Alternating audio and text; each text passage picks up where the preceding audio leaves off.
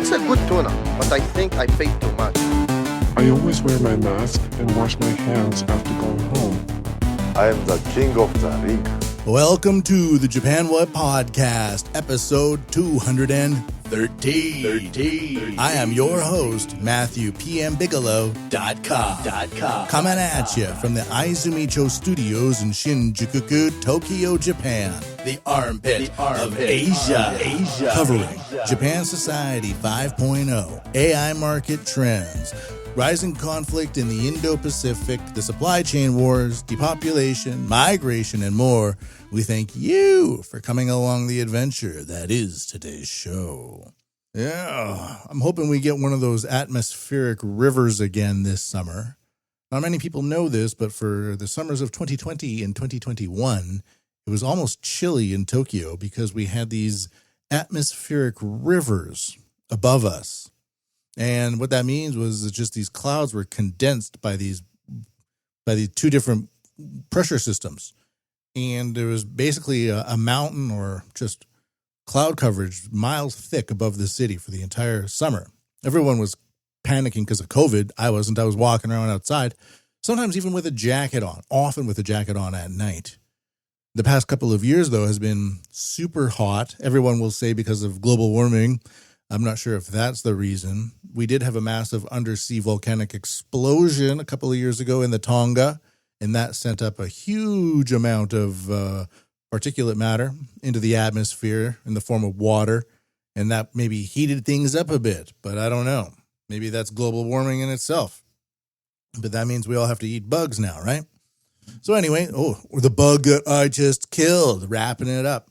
We're going to begin here. I've been having issues with the old pewter system, and I'm not going to lie, this is not my first time going through this whole thing here, but let's see if we can do this without having to resort to violence. Speaking of violence, railguns. This is kind of making the rounds right now, but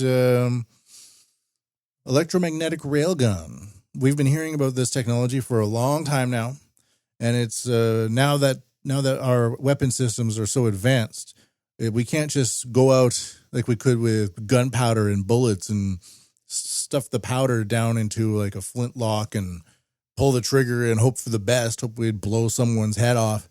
We didn't know what the bullet shapes, just a ball is good enough. Was walk around our pantaloons with some dueling pistols in case somebody offended my wife. You'd go into a field and shoot each other with these very crude weapons. We can't do that anymore. You can't bring a railgun to a duel. It's not allowed. But anyways, step-by-step progress with this stuff. And as we'll see here, there's probably reasons why we can't just mass produce these things like drones or something like that. Very rudimentary technology comparatively. Japan Maritime Self-Defense Force, the JMSDF, not the best name, not the best acronym, as opposed to China, which has the People's Liberation Army Navy, or the Plan. Maybe we could rebrand a little bit here, JMSDF. I'll be posting pictures of the railgun at the podcast's official website at MatthewPMBigelow.com. And you can make a donation there as well at paypal.me/JapanWUT. Japan's Acquisition Technology and Logistics Agency, ATLA, has been developing an electromagnetic railgun, and it's being tested aboard the Japan Maritime Self-Defense Force test ship, the JS Asuka. This prototype, weighing 8 tons with a 6-meter barrel, achieved a muzzle velocity of around 2,500 meters per second using 5 megajoules of energy. Sorry for the little clap there. Skip the ads here. ATLA plans to boost the system to 20 megajoules for better results. It shoots 320-gram 40-millimeter projectiles like armor-piercing ones and possibly airburst rounds for taking down aircraft. Japan wants the barrel to last for 120 shots and reach a speed of at least 2,000 meters per second. They've worked hard to reduce the barrel damage and keep projectiles steady at super-fast hypersonic speeds, fixing issues that hurt other programs. Yeah, we're going to maybe just made to stop hypersonic missiles, drones, and surface dangers. The railgun can hold lots of rounds and uses cheaper ammo than missiles. It's planned for use on ships and on land for things like coastal defense or firing back at enemy artillery. All right, we're going to stop it there. The old writing style at Tesh Blog is closer to a teenager than that of an adult. It holds lots of rounds and uses cheaper ammo. It's planned for things like ships and on land. But hey, speaking of land, why not just dump 30 or 40 of these onto the Senkaku Islands, Japan, the Jimstiff? See what China says about that. When they complain, just say, come on, you guys are putting all these awesome gears, all this awesome gear of yours on these islands you're making all throughout the Pacific, the South China Sea, sorry. Why can't we have at least one with a bunch of railguns on it? And then every time something goes past it, all the railguns just fix on it. What are you going to do? What are you going to do if 30 railguns are pointing at you? You going to screw around with those? So why not just, we've often heard that we're 2 seconds to World War III. Well, let's make it 0 by putting all of these guns on the Senkaku Islands. Just be needlessly aggressive with experimental technology. At least that'll move forward in some way, rather than being constantly kept at the experimental stage. Indeed. All right, well, moving on to the next one. Still having problems here with the computer. Ooh, it's the monkey on my back. Used to be grammarians. Now it's technology. Japan receives new F-35 Lightning fighters from the U.S. And these fighters look pretty badass. I used to do a lot of airplane models and had a pretty big interest in the airplane industry, or how awesome the planes were up until the B-2 bomber, I guess, the Blackbird, all these just really cool planes, cool looking planes from the outside. But these days, a lot of the innovation seems to be going on internally. We don't really rely on jets for dogfighting. It's sometimes it's used to scramble jets in response to jets coming towards you, and it's kind of a standoff measure. I have a sword, you have a sword, kind of a saber rattling more than anything else. But it seems to me that like jets are mainly used for surveillance and communications and supporting, bombing support. A bunch of soldiers need some support. You call it in, and so the planes look great, but it seems to me that their usefulness is more guided by what's going on inside of them. But anyways, take a look at these planes at MatthewPMBigelow.com. Japan receives new F-35 Lightning fighters from the U.S. The F-35 jets are fitted with the new TR-3 avionics hardware. Not sure what that means. Consisting of a new display, core processor, and memory modules for faster processing power. Preparations for their integration into the Japan Air Self-Defense Forces, or the JASDIF, easier name than the JIMSTIF, include interoperability exercises with Italy and the U.S. last year, with Tokyo deploying the Izumo-class destroyer to the western coast of the U.S. for additional drills.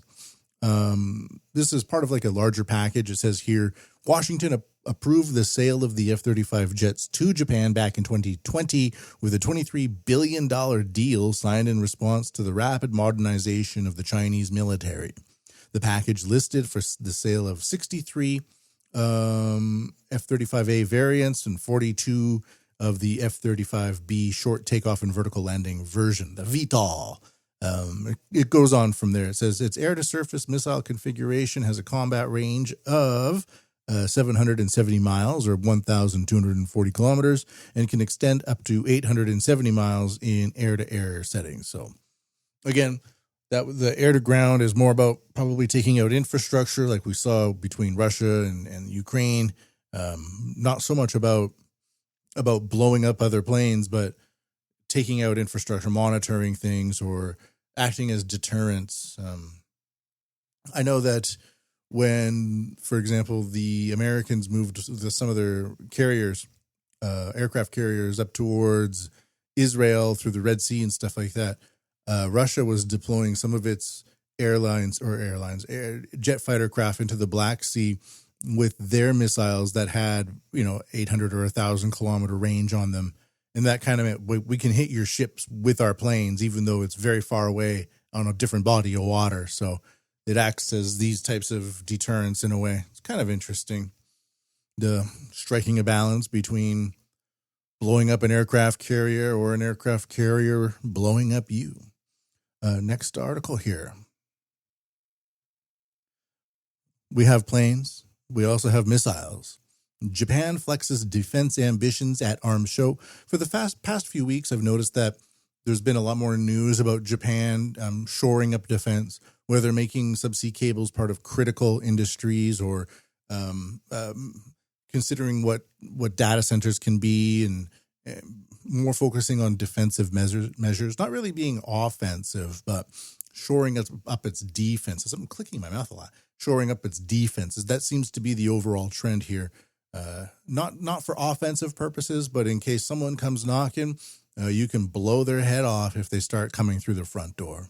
Japan opened one of its largest ever arms shows on Wednesday. When was this? May 22nd. Yeah, so it's last Wednesday.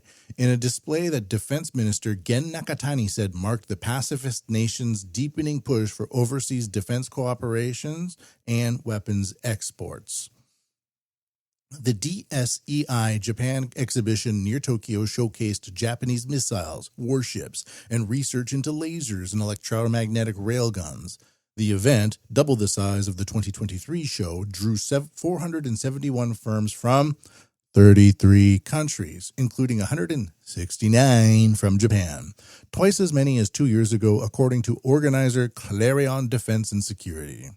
Japan has been gradually stepping back from the pacifism that was the cornerstone of decades of defense planning after the country's defeat in World War II, and it lifted a military export ban in 2014 and is taking its first steps into global defense cooperation encouraged by the U.S. and European partners eager to share development costs and tap Japan's industrial base. Goes on from there. Makes sense. Just makes sense. So hopefully... there's the military historian Max von Schuler Kobayashi. I should have him back on to talk about some of this stuff. He keeps up with it. He's a big military buff. Used to be a double agent hunting communists in Japan on behalf of naval intelligence or something like that in the 60s.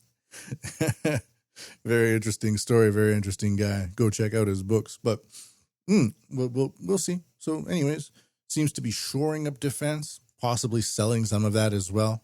We'll see who buys it, though. I wonder if people would trust. Can you trust a pacifist nation's arms? You know, that's one thing. Japan has a very advanced submarine program. You can probably trust those because they're quiet, like the Japanese. But can you trust missiles where you don't really see a lot of? There's not really a military culture here like there used to be. Maybe it'll expand in the future, but we'll see. Anyways, enough of that. So let's take a look at the next one. This one kind of focuses on China, and it's did I even play the supply chain war? Hold on a second. Die for the war.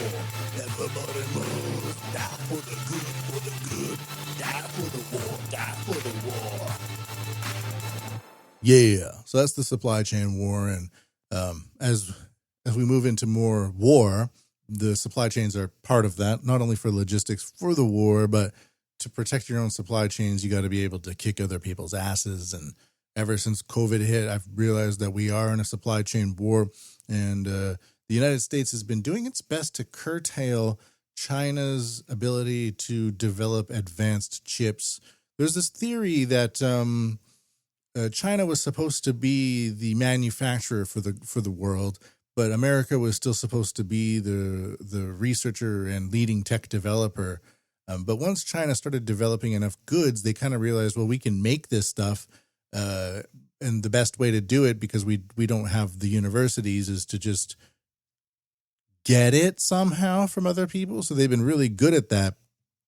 And the idea here is that China would produce things cheaply for the world. The G7 nations would kind of keep their middle class reputation and economic powerhouse reputations going strong. But over the past few years, China's been just decimating the world with not only taking market share of the supply chains worldwide. Look at the maps of 2020, all the countries in the world trading with America the most, and 2023, all the countries in the world trading with China the most, something like that. And you can kind of see that allowing China to expand in this way may not have been the fortuitous decision that it was when it was made, and when China was allowed into the World Trade Organization as a developing nation, I think, which is it's still categorized as, should not be, even though you might look at a lot of part of China and say, yep, that's developing. Well, they are landing craft on the far side of the moon. It doesn't sound like developing to me. So there's these ideas here. And one of the ideas was that in the past few years under Trump and Biden administrations of the United States, the way to curtail Chinese development would be to restrict exports of advanced chips to China. But China's at the stage now where they have these programs where they basically can scour the country and assemble 30,000 of the best engineers. And this can be done directly through the state or through quasi-state enterprises like Huawei, subsidized by the government, founded by an engineer of the People's Liberation Army. And basically what they can do is just build enough houses for 30,000 engineers to work with each other and develop as much goods as they can and get them to compete with each other via all the technology and IT and IP that they acquired over the past 30 years and innovate it in new ways. So they might have the West and the G7 may have been active in placing sanctions on China to curtail its chip development in this supply chain war. That doesn't mean that China is now at a complete loss and is not able to develop and innovate in their own way, because this article is illustrative of such breakthroughs. This comes to us via Japan Today. On May 23rd, so pretty recent, but again, I like to say this is not a breaking news podcast. We don't break news here. We review and analyze and predict. Xiaomi launches new advanced in-house mobile chip. Very good. Tech giant Xiaomi unveiled a new advanced in-house mobile chip, a significant milestone for the company as Chinese firms shift resources towards homegrown technology against a bleak international trade backdrop. That's not bad writing, huh? Luna Lin, yeah, Chinese writers are some of the best. Notice how they don't say like amid Trump's tariff wars, amid a bleak international trade backdrop. Wow, I appreciate that. As a grammarian. Xiaomi, which sells goods from smartphones to vacuum cleaners and electric vehicles, is one of China's most prominent consumer electronics firms. They also make beautiful smartwatches, by the way. I don't want a Chinese smartwatch, but do I? I often look at them on Amazon going, man, that looks nice. With the X-Ring 01, it becomes the only second smartphone brand globally after Apple to mass produce its own 3-nanometer chips, according to among the most advanced on the market. This despite being a latecomer to the chip industry. Xiaomi founder Lei Jun said at a launch event on Thursday, joking that the feat had been harder than ascending to heaven. Ah, yes, the communists love joking about God. Xiaomi took early steps into semiconductors for smartphones with the launch of the firm's first in-house chip, the Surge S1 in 2017, but the group was forced to halt production due to financial obstacles. And it said the X-Ring 01 will be deployed in Xiaomi's new 15S Pro flagship smartphone and the Pad 7 Ultra tablet, which were also launched Thursday. And a number of Chinese firms are racing to develop their own chips with the aim of freeing themselves from the reliance on foreign suppliers. Now, this almost could be in Japan Society 5.0. I just put it in the supply chain war because of the sanctions aspects of it. I worked in big tech from 2015 to 2020 in Japan at a telecommunications firm, and had never really thought about supply chains in a way. But when people were like, why can't Japan just make its own base stations? Like, well, we have to acquire them from San Francisco or from Sweden, and then they source them from here, and it's partially made there. And I've always just been like, yeah, but why don't you just do it yourselves? Like, we can't. I'm like, well, why not? And they're like, well, for one thing, I'm an engineer at a telecommunications firm. I don't own the supply chain networks. I'm like, okay, yeah, good point. You're just doing your job. you didn't study all this stuff before coming here. You just have a degree in computers and are now trying to understand how to make a telecommunication company operate within the boundaries of the tasks that you've been assigned. Okay, I get it. But it was eye-opening to me, kind of the degree in which we rely on each other. And even some of those earlier articles about Japan working with Italy for its fighter systems kind of makes sense on paper. But when the ISNET hits the ANFE, it's not exactly easy to get from Italy to Japan with your war stuff and make it start kicking ass. So the training aspect is interesting, but I wonder why they don't just train in Canada. Oh, that's because Canada is occupied by the Chinese government right now. Canadian fighters are like training Chinese fighter jet pilots for ops and stuff like that. It's crazy what's going on there. So is that it for the Yep, that's it. That's the supply chain wars for today. Die for the war. Everybody move. Die for the good, for the good. Die for the war. Die for the war. Let's take a look at Japan Society 5.0. The fourth industrial revolution will enable us to create a new society. Artificial intelligence will transform the big data collected through the Internet of Things into new wisdom. Society 5.0. A technology-based, human-centered society. The fourth industrial revolution will raise our standard of living and solve various challenges we face. Oh, really? It will, for example, free us from the stress of driving, allowing us to safely visit anyone, anytime. Like trains and taxis. We will have access to the latest medical advancements at a low cost, no matter where we are. Biomedical surveillance. AI and robots will enhance human ability and expand our infinite possibilities, helping us enjoy more fulfilling lives. Dumping our humanity out the door. Society 5.0. For the betterment of human lives. Sure. Well, that's the Japanese government's promo song video for Japan Society 5.0, made in 2016, 2017, 2018. Can't remember. It's all in the past. And it's their vision for the future for Japan Society 5.0.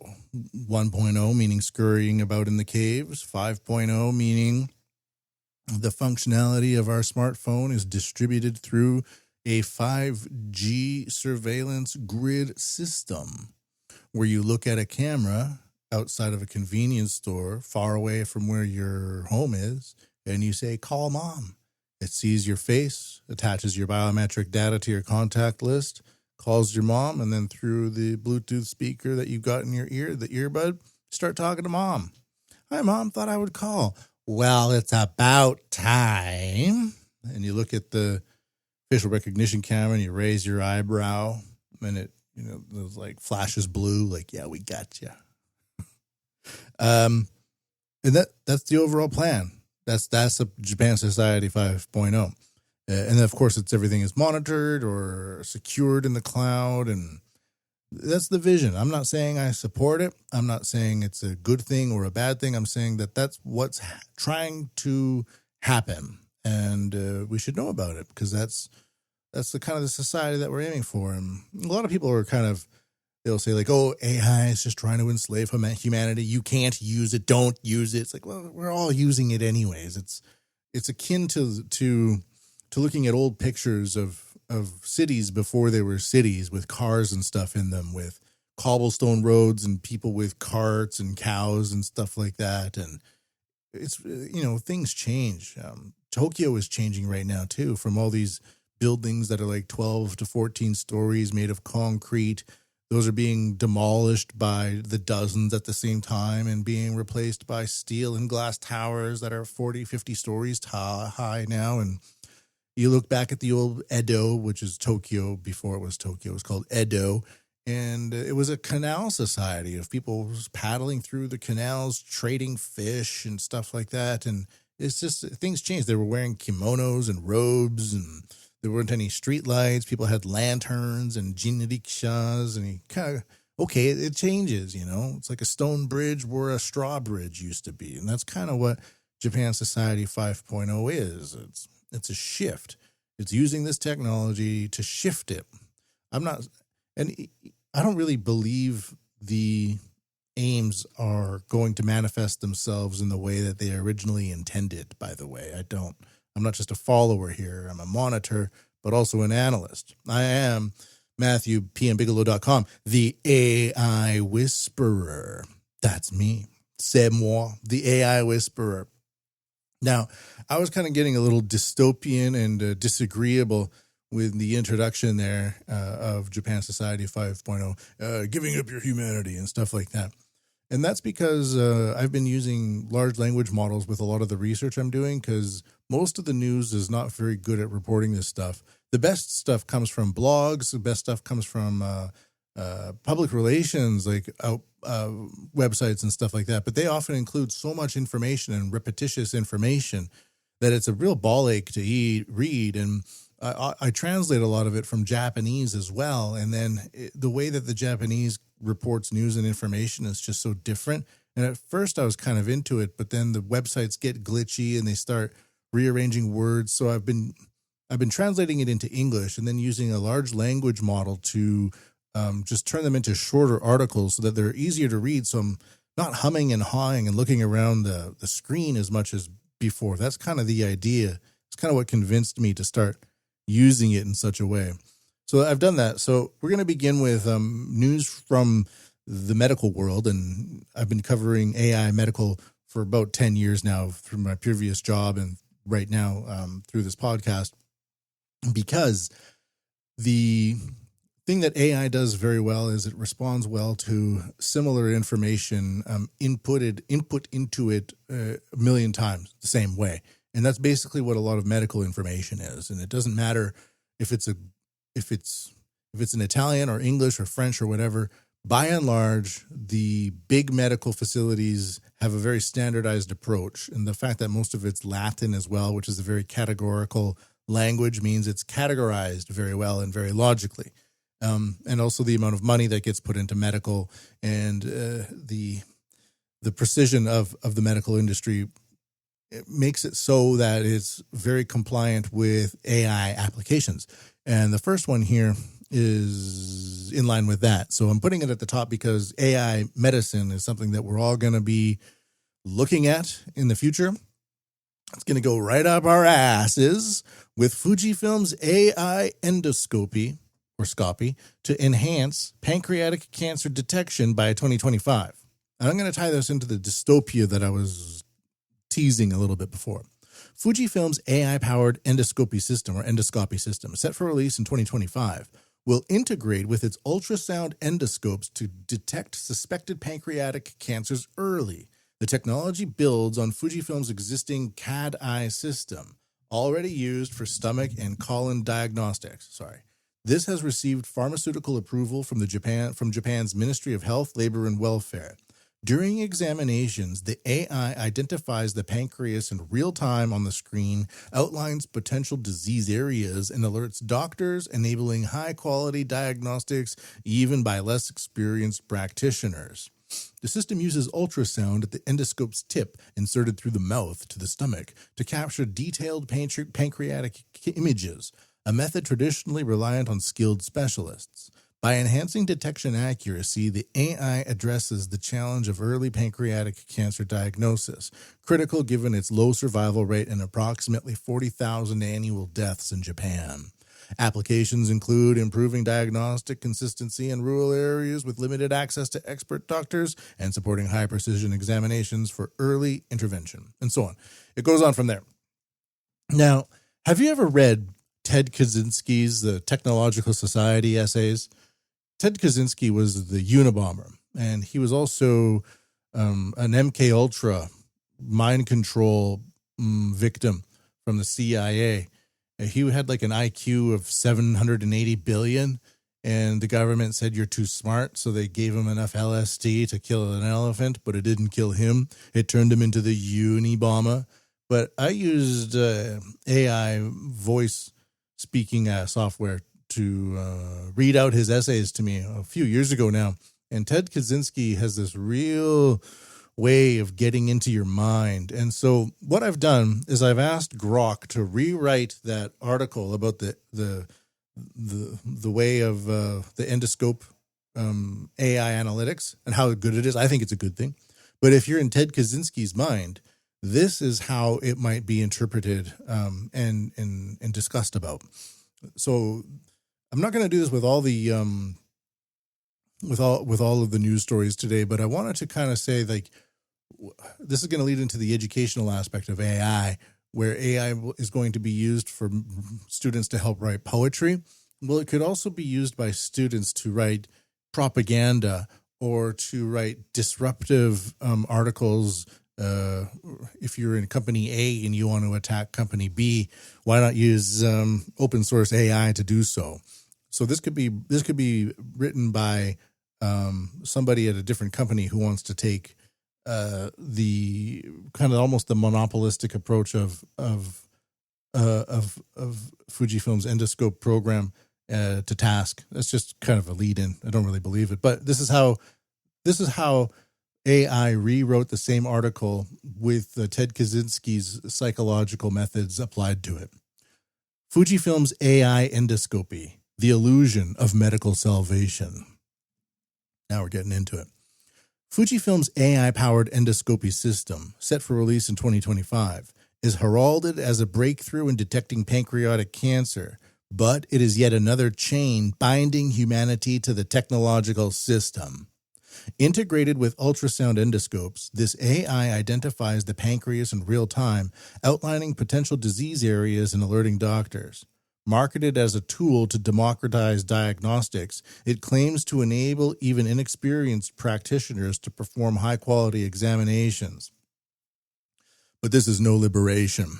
It is the replacement of human skill and intuition with machine dependency, ensuring that medicine becomes yet another domain ruled by technology. The system's reliance on ultrasound and AI to capture pancreatic images reduces doctors to mere operators of a machine, stripping them of their autonomy.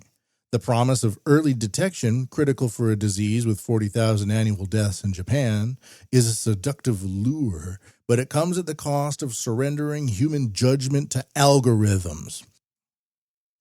The AI's supposed reliability across diverse cases is unproven, and its alerts require doctors to be retrained as interpreters of machine outputs, not as independent healers. Competition from Olympus and Canon only accelerates this race towards technological domination, where human lives are reduced to data points in a system controlled by corporations. The techno-industrial narrative, okay, so I'm going to stop it there. Then is it wrong? Where human lives are reduced to data points in a system controlled by corporations. That's what we all fear underneath it all. It's a very common fear by AI, by people who know about AI, people who don't know about AI. They kind of have this sniffing suspicion that something isn't right, that it's coming for not exactly what they say it's coming for. This next one here, next article, Tokyo integrates generative AI into public schools. You know what? I am going to read the Ted Kaczynski version of this. It's too much fun.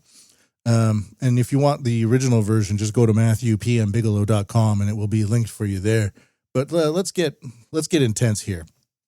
Let's don the Unabomber's mindset to discuss this technology. I don't endorse it, but it is a psychological aspect that exists within AI, discussing AI, which is what this is.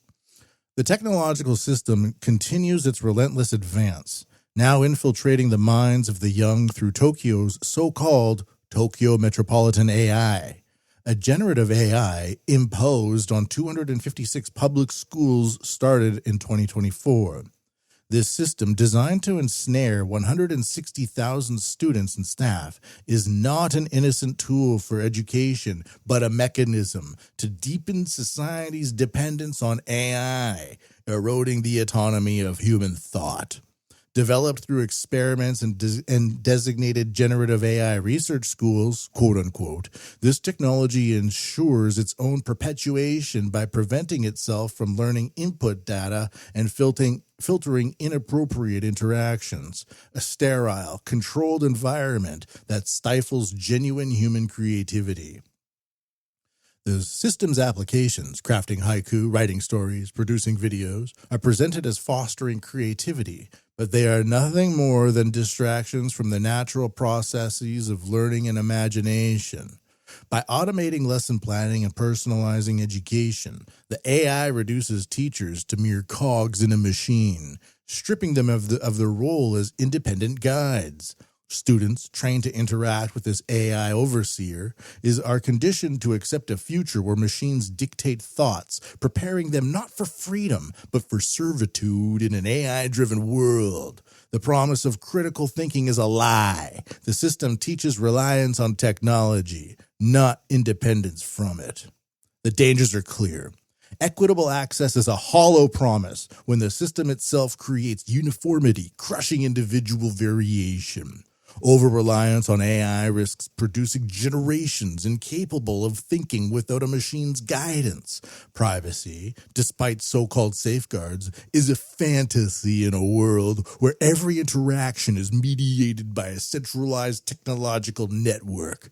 The need for teacher training to integrate AI only underscores the system's complexity, further alienating educators from their natural role. Tokyo's initiative is no triumph of progress, but a deliberate step towards a society where human potential is subordinated to the machine, all under the guise of preparing for an quote-unquote AI era. The actual the actual article is like, hey, look, it's good. We're using generative AI.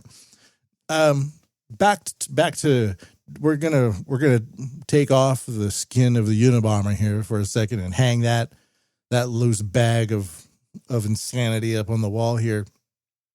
One thing that China is doing is they're trying to get their students to use AI to come up with business practices or launching products or understanding markets or supply chains and things like that, and how AI can be used in more of a practical manner. Now, if you've ever you can go up into ChatGPT or Grok or anything like that and just tell it, you can say, please write 100 haikus about turtles and toilet paper, and it will do it like that. And you can just read them out, and then you have it. It's right there. I wonder what it would say. What does Grok have to say? I want it to write, Grok, write one haiku about toilet paper and turtles. Now it's thinking. Now it outputted it. Soft rolls guard the throne. Turtles roam with homes on backs. Wipe clean. Wander free. Okay. Now, if an 8-year-old wrote it, would you really care? I mean, who cares about haiku? Really? I mean, if you're a beatnik in the 1950s and you just don't want to adhere to any kind of traditionalism of your own backing, you will just look at haiku and go, I'm a haiku artist now. I'll just write whatever I want. You don't really look into it that much, but who really cares about haiku? I think I'm not sure if they're even good at it in China, but the idea that people should use this for more technological or technical research assistance is probably a lot better than just having arts majors as teachers get 8-year-olds to type in haikus into a large language model. That seems really silly, really stupid. Okay. Make the haiku lurid and idiotic. Let's see what it does there. Greasy toilet roll.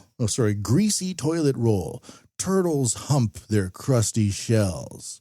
Wipe, then slip in goo.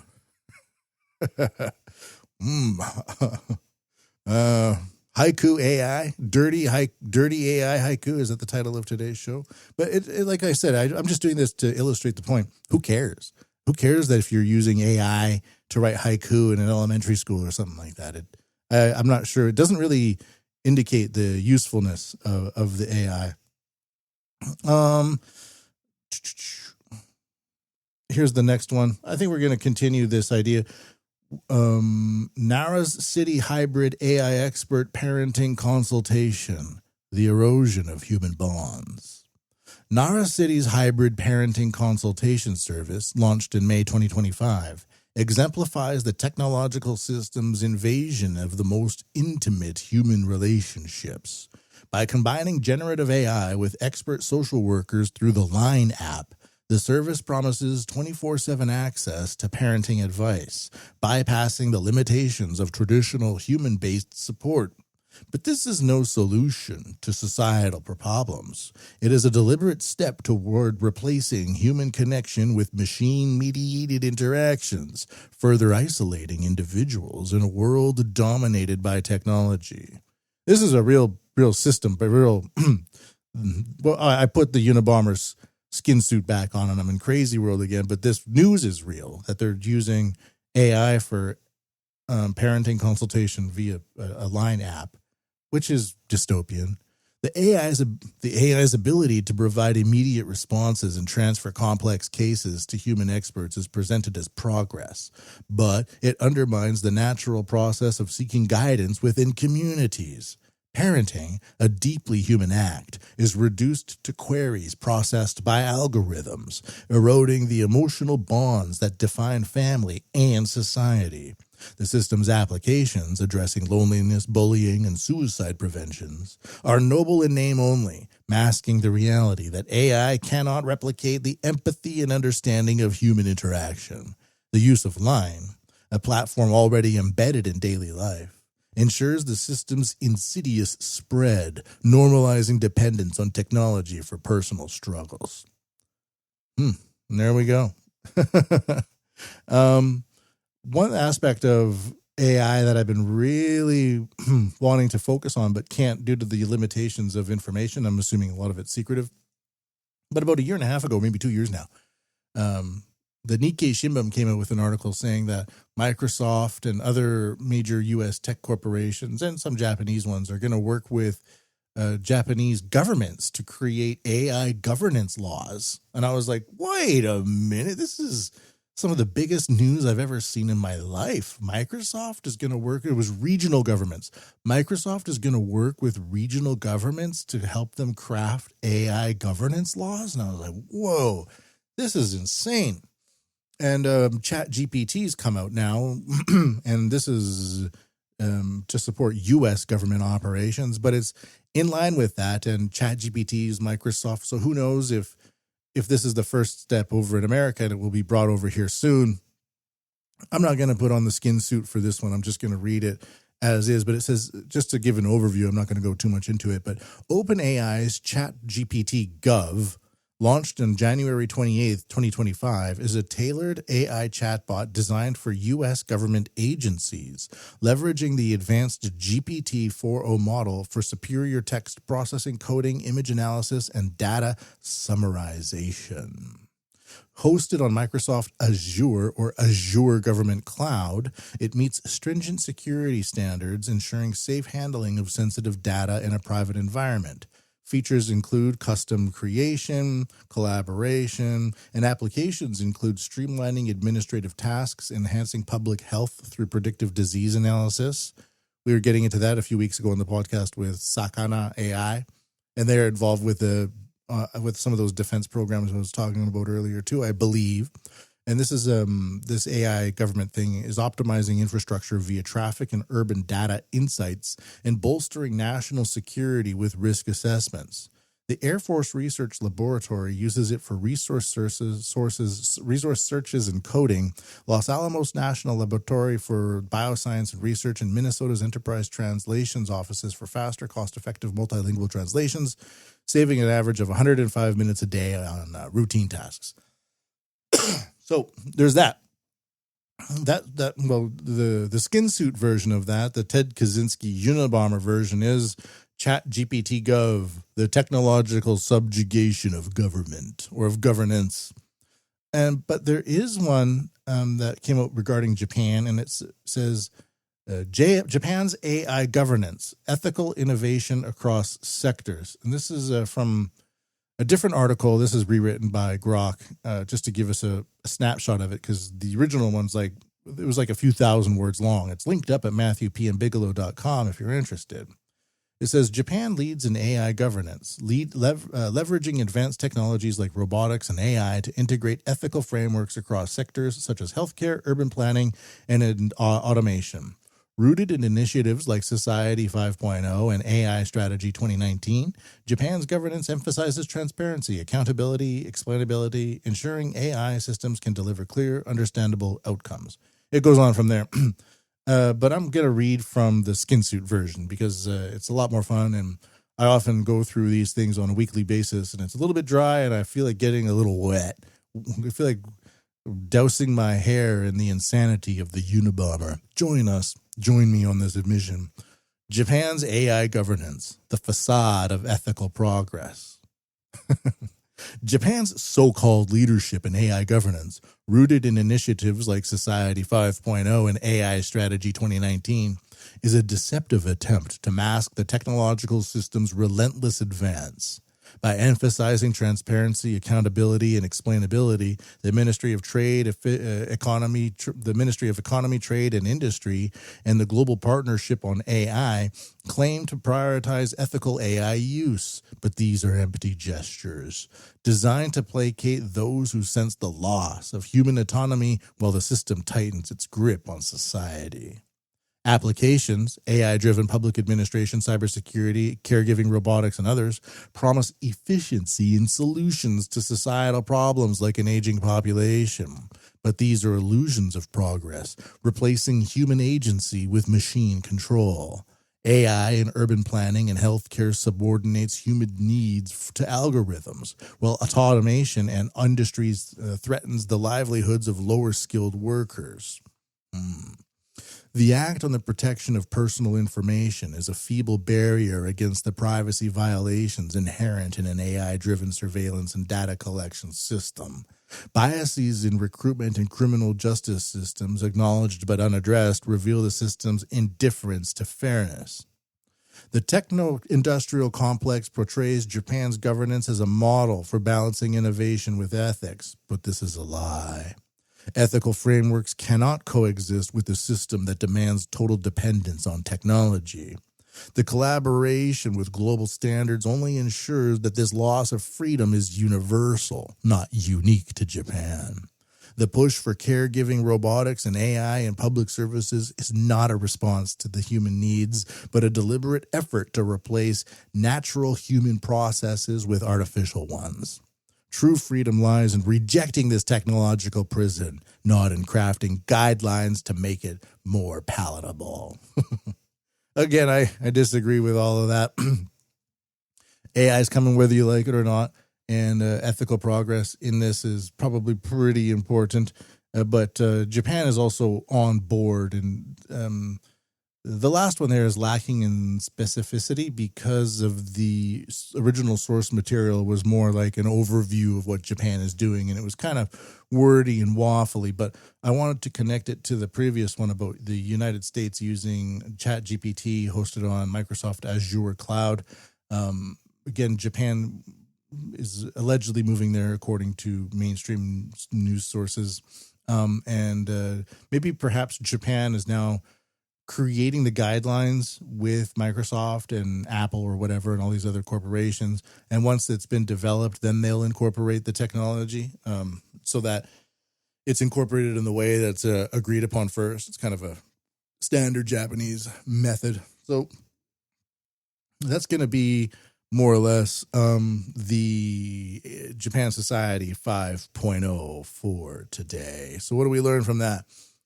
The whole idea with the Ted Kaczynski model is how easily you can take a source material that's just talking about subject A and then write essays about it in a negative way or in a positive way. Like I could have written 500 different essays about the threats of all of those things that I consider to be overall probably pretty positive. and publish them on various websites or publish them via sock accounts on Twitter or X or whatever, and propagated anti-sentiment on those technologies based on this open source AI software.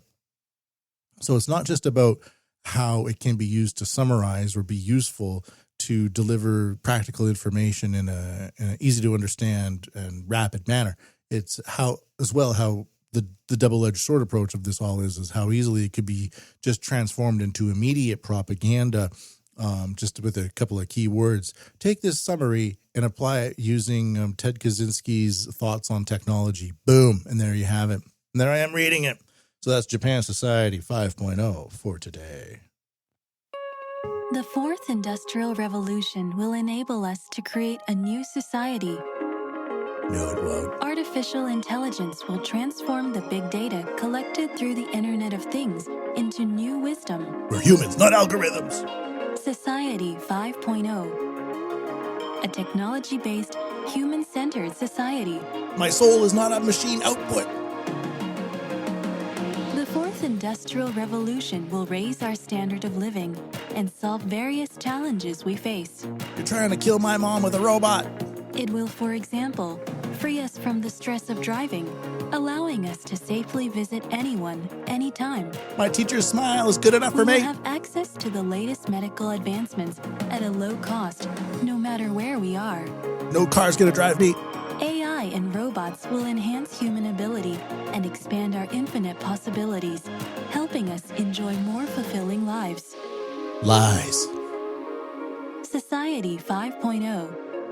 For the betterment of human lives.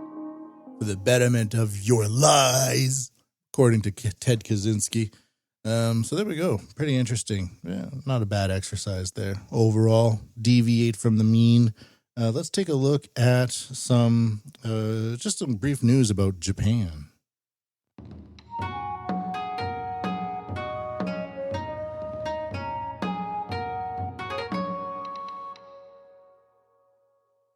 Actually, I'm gonna package this as is it or is it crazy? Is it? Crazy? Oh, is it? Crazy.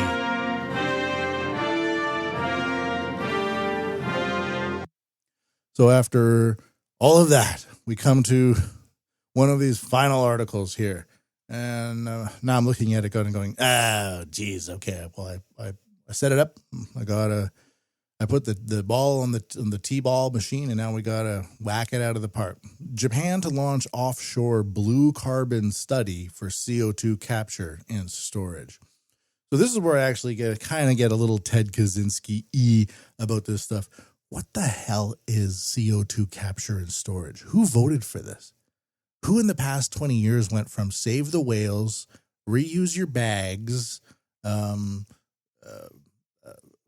deforestation for temporary crops is not good when it comes to the Amazon, just flushing your waste into the ocean, not good. And then 5 years later, it's like, now we have CO2 capture and storage technology, and we're gonna take all this CO2 out of the air and we're gonna put it into rocks under the ocean. Like, what? Where did this come from? This is where I get really sniffy, where I go, I don't know. Maybe Ted Kaczynski was right, but I don't want to really say that because he was a bomber and he killed people. And I'm not pro-violence. I don't believe in using violence to achieve your aims and means when it comes to politics. Simply don't. I really don't. If someone has a gun to your face, well, then it's a different story. Now you can put on the Ted Kaczynski suit and start talking about technology. But when it comes to carbon capture, the Japanese government will launch offshore blue carbon research aimed at capturing carbon dioxide through cultivated sea plants and storing it in the deep sea to accelerate decarbonization. The government hopes these plants will play a key role in mitigating climate change, as CO2 is highly soluble in water, and marine vegetation grows by absorbing dissolved CO2. Marine vegetation is not the only vegetation that grows by absorbing CO2. Coastal and ocean plants, such as mangroves and kelp, are known to absorb and store more carbon than terrestrial vegetation. Blue carbon typically refers to carbon trapped in the deep sea after being captured by marine ecosystems through photosynthesis, while green carbon refers to carbon stored in terrestrial ecosystems, such as forests. The Environment Ministry will commission the Japan Agency for Marine, Earth, and Science Technology, major oil distributor Eneos Corp., and others to study how seaweed behaves when submerged at considerable depths and to assess the environmental impact of such carbon capture and storage projects, according to the sources. We're going to take the seaweed and we're going to put it on the bottom of the ocean to stop climate change. Okay, guys. Although CO2 emissions in Japan have declined mainly due to the expansion of renewable energy and the restart of nuclear reactors, I wonder which one, the government still, or the decreasing population, the government still needs to boost carbon capture efforts to achieve net zero emissions by 2050. Japan relies heavily on forests to capture CO2 with about 45 million tons absorbed in fiscal 2023. Notice how it's fiscal 2023? It doesn't need to be 2023. It's not. That's indicative of the type of nature of this program. Japan aims to capture 1 million tons of CO2 by fiscal 2035. It doesn't matter. So, do you want? Anyways, crazy. High. These people are high. Or not high. And that's gonna wrap it up for the news today. I had to restart this podcast like 4 or 5 times, seriously. And I realized that a button had been clicked that shouldn't have been clicked, and it was sending the recording process into a doom loop. So there's that. Never click the buttons, people. Never click the buttons, indeed. We're going to finish off with a song here. You may have heard that Tokyo has an issue with tourism, and I may have played this in the past on here or somewhere else, but I'm going to play it again. And this is about just the level of tourism and how it makes us all feel by living in Tokyo. This is made by Suno.com in combination with me and Grok, working on poetry, and not quite like they do in the elementary schools, although maybe it is. Maybe this would be a way to use AI LLMs efficiently by using them cross-platform. Okay, let's begin.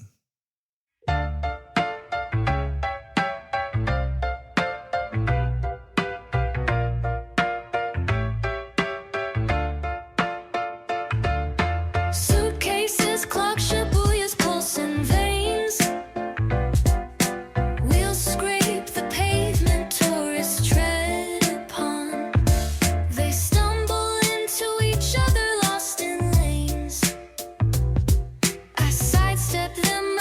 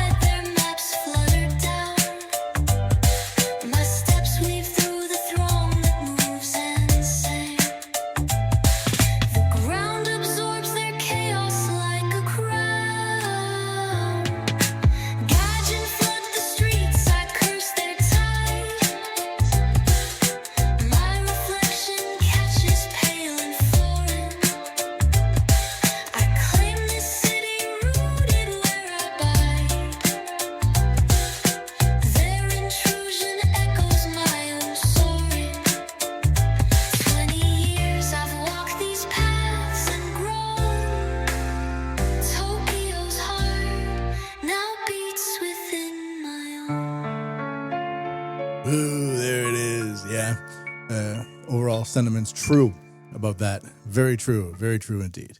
So make sure to go to MatthewPMBigelow.com. Ooh, yeah.